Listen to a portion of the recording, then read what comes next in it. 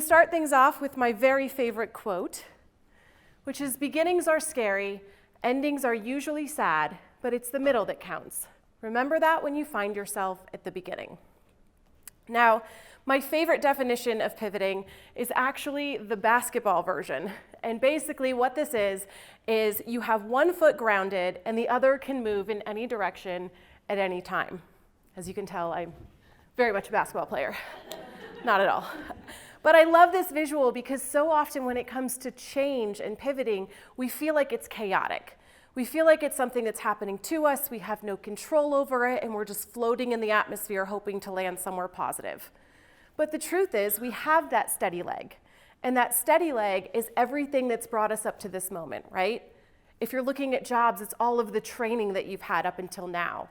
If it's life, you're looking at your morals and your lessons and all of these things that have built up resilience over the year so that when this starts happening, we're not floating chaotically. We have things that we can lean back on. Now, pivoting and change is wrapped up in a lot of fear. We're always taught to fear the unknown, change is scary, and that's for a few different reasons. So I grew up in the Midwest. I feel like anybody who grew up in the Midwest or a small town or maybe just traditional families, they learn this pattern of shoulds. I should be married, I should have kids, I should be making 6 figures or live in that giant house by now, right? So we live in this pattern and we hold ourselves to that.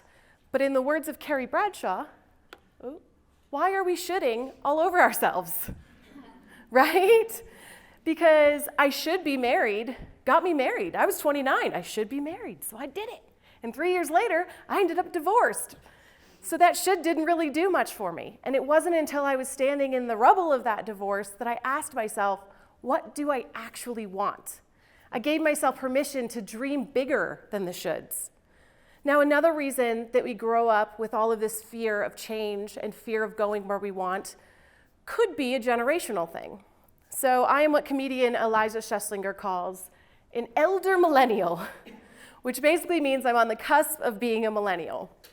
Now, my grandparents grew up in the Depression era or around that era, and so they learned to play it safe, right?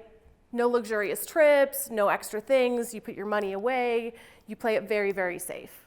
My parents, having mostly what they needed, could dream a little bit bigger.